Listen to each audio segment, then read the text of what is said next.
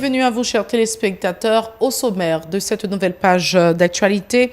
Opinion partagée des citoyens de la capitale sur le retard constaté dans la nomination du prochain gouvernement. Si certains évoquent les négociations trop corsées avec les intéressés, d'autres l'attribuent à une manœuvre de l'exécutif pour permettre à Jean-Michel Lapin de mieux se préparer.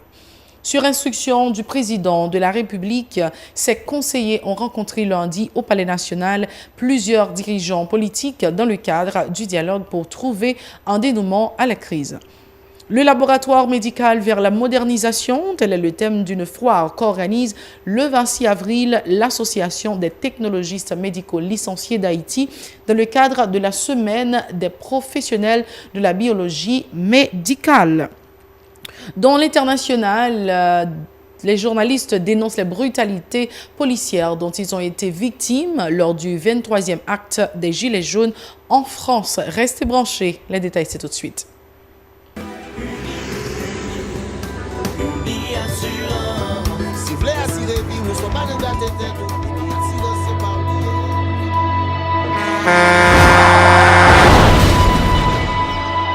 En général, moun pa reme pran assurance. Yo considéré que son l'argent rejeté. Et pourtant, l'argent assurance te doué dans budget ou à côté l'argent caille avec l'argent mangé. Li là pour les deux traverser un mauvais pas. Gardez tout à côté ou. Ouais comment gros problème qu'on entre sur monde sans attendre. Mandez Dieu pardon, ça arrive au tout. Une assurance dit ou précaution pas capon. Les mal arrivés, les faux amis flair saison a fait comme si on pas de jambe connaît. Une assurance après ta faire pour le jour, continuer vivre la vie quitter ce course là dans main nous. Une assurance. Vivez en toute assurance. Merci d'être encore avec nous. Voici le développement du journal. Sur instruction du président de la République, ses conseillers ont rencontré lundi au Palais national les dirigeants des partis fusion des sociodémocrates haïtiens de l'Union nationale pour l'intégrité et la réconciliation UNIR et l'organisation du peuple en lutte OPL dans le cadre du dialogue pour trouver un dénouement à la crise. D'autres acteurs sont attendus dans les jours qui viennent en vue de parvenir à un accord politique durable pour faciliter la gouvernabilité du pays, a-t-on appris du Palais national.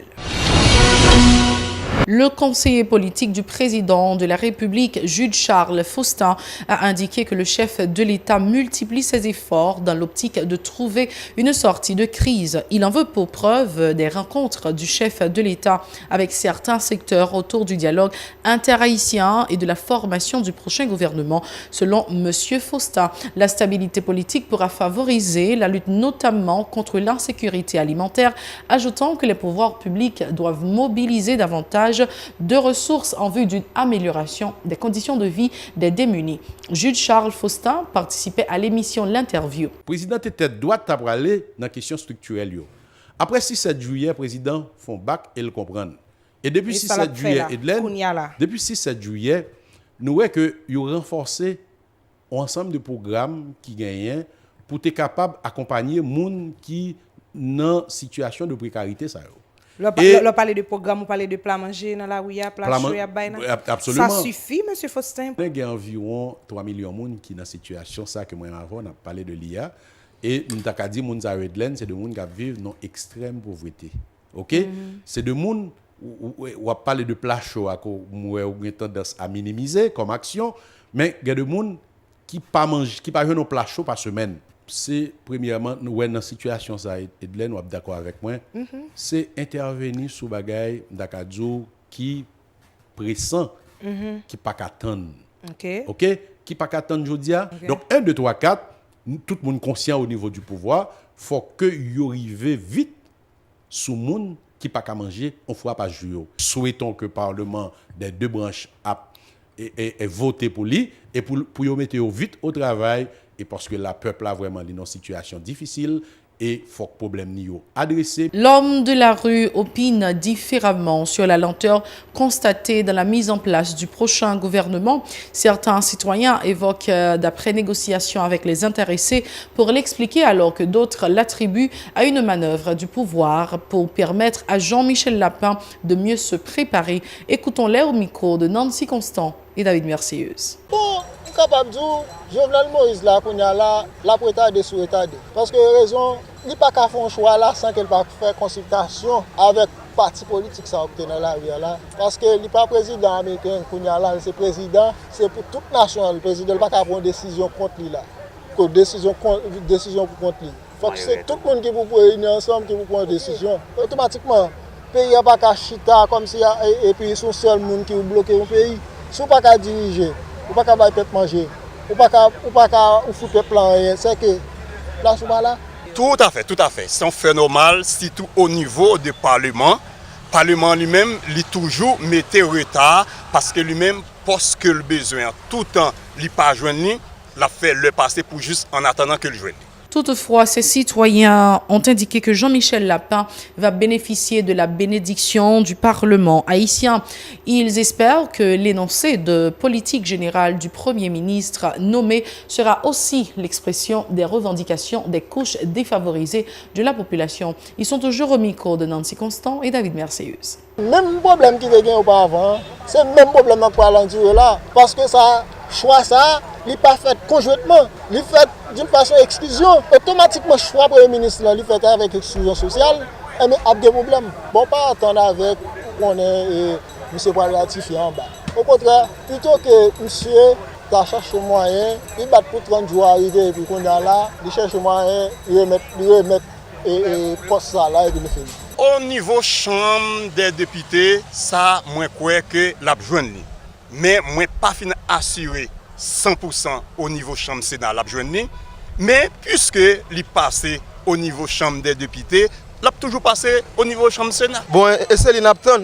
Si mon nommé comme ministre, avait dit, il parle pour ça. C'est ministre qui a fait travail là, et nous-mêmes, nous avons parlé. Comme ministre, c'est pas la première expérience et tout. Il passe dans le business cabinet déjà, il a cabinet séant. Je connais le ministre, il compte rien quand même, l'affaire, on va qui possible pour nous avancer à payer.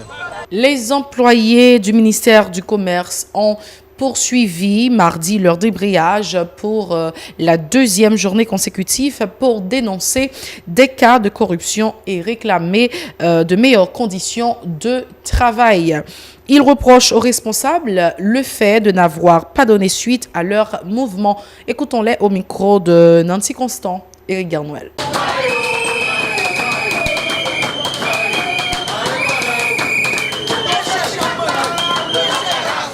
Aujourd'hui, nous, depuis hier, nous lançons mouvement pour que nous-mêmes, employés du ministère du Commerce, pour que nous forcions l'autorité à répondre à la revendication.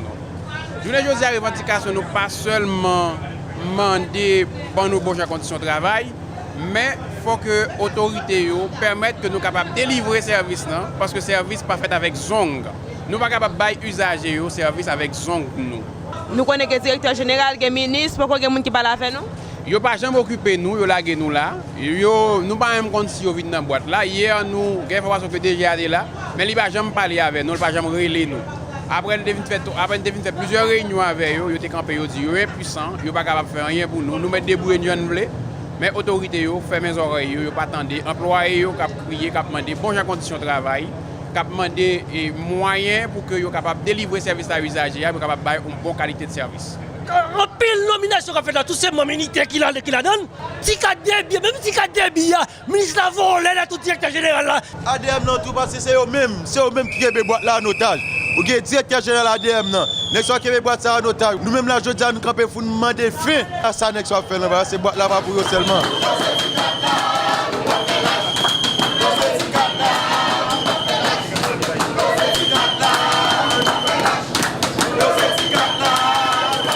À l'occasion de la Semaine internationale des professionnels de la biologie médicale, l'Association des technologistes médicaux licenciés d'Haïti envisage d'organiser le 26 avril encore une foire médicale autour du thème « Le laboratoire médical vers la modernisation ». Une activité qui se tiendra au local de la faculté de médecine et de pharmacie. Elle permettra d'assurer la promotion de nouveaux appareils de laboratoire pouvant faciliter les diagnostics. Guy-Marie Fétis, l'une des responsables de cette structure, au micro de Nancy Constant et David Mercius. Nous connaissons dans le secteur biologie médicale en Haïti, il y a un pile problème, mais cependant, nous avons marché avec problème. Et nous voulons aller avec le laboratoire pour faire connaître actuellement.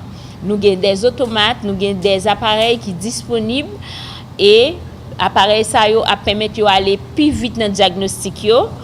Pas penser que c'est des bagages qui sont extrêmement chers, nous pas capables à l'aborder des fournisseurs.